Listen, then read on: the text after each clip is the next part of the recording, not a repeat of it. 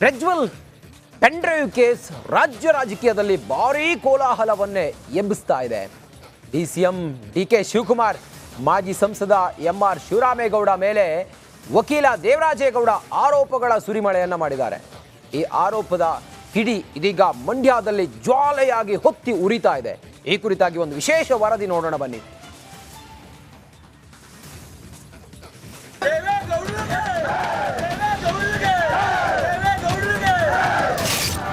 ದೇವೇಗೌಡರಿಗೆ ಜೈ, ದೇವೇಗೌಡರಿಗೆ ಜೈ, ಧಿಕ್ಕಾರ ಧಿಕ್ಕಾರ, ಪೊಲೀಸರಿಗೆ ಧಿಕ್ಕಾರ. ಹೌದು, ಹೀಗೆ ಇವರೆಲ್ಲ ಪ್ರೊಟೆಸ್ಟ್ ಮಾಡ್ತಾ ಇರೋದು ಫ್ರೀಡಂ ಪಾರ್ಕ್ ಅಥವಾ ಯಾವುದೋ ಸರ್ಕಾರಿ ಕಚೇರಿ ಮುಂದಲ್ಲ.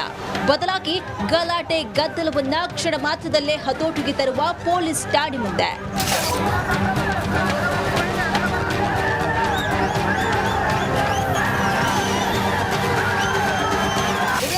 ಜಿಲ್ಲೆಯ ಜೆಡಿಎಸ್ ಕಾರ್ಯಕರ್ತರು.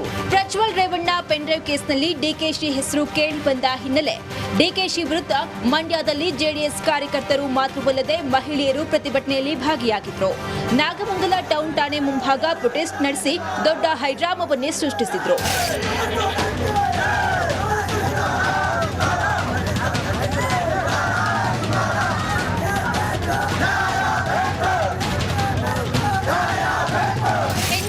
ಮಾನವನ್ನ ಬಳಸಿಕೊಂಡು ಸರ್ಕಾರವನ್ನ ಉಳಿಸಿಕೊಳ್ಳುವ ಕೆಲಸವನ್ನ ಸರ್ಕಾರ ಮಾಡ್ತಾ ಇದೆ ಅಂತ ಪ್ರತಿಭಟನೆಯಲ್ಲಿ ಡಿಸಿಎಂ ಡಿಕೆಶಿ ಸಿಎಂ ವಿರುದ್ಧ ಕಾರ್ಯಕರ್ತರು ಕಿಡಿಕಾರಿದ್ರು. ಹೆಣ್ಣು ಮಕ್ಕಳನ್ನ ಮುಂದೆ ಮಾಡಿಕೊಂಡು, ಹೆಣ್ಣು ಮಕ್ಕಳನ್ನ ಮಾನವನ್ನ ಮುಂದೆ ಮಾಡಿಕೊಂಡು ಅಧಿಕಾರ ಉಳಿಸ್ಕೊಳ್ಳೋಕೆ ಹೋಗ್ತಕ್ಕಂಥ ನೀಚ ಸರ್ಕಾರ ಬಹುಶಃ ಭಾರತ ಸರ್ಕಾರದಲ್ಲಿ ಇತಿಹಾಸದಲ್ಲಿ ಇಲ್ಲ ಅಂತ ಮತ್ತೆ ಹೇಳಲಿಕ್ಕೆ ಇಚ್ಛೆ ಪಡ್ತೀನಿ.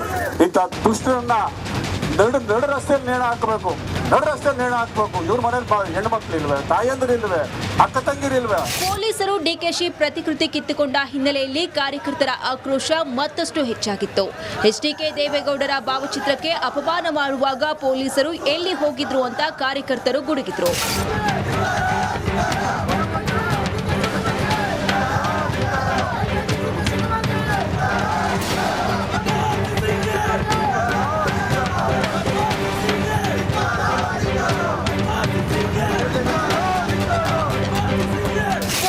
ಪ್ರತಿಭಟನೆಯನ್ನ ಕೈಬಿಡುವಂತೆ ಪರಿಪರಿಯಾಗಿ ಹೇಳಿದ್ರು. ಪಟ್ಟು ಬಿಡದ ಕಾರ್ಯಕರ್ತರು ಒಕ್ಕರುಳಿನಿಂದ ಬೇಕೇ ಬೇಕು, ನ್ಯಾಯ ಬೇಕು ಅನ್ನೋದನ್ನೇ ಮತ್ತೆ ಪುನರುಚ್ಚರಿಸಿದ್ರು.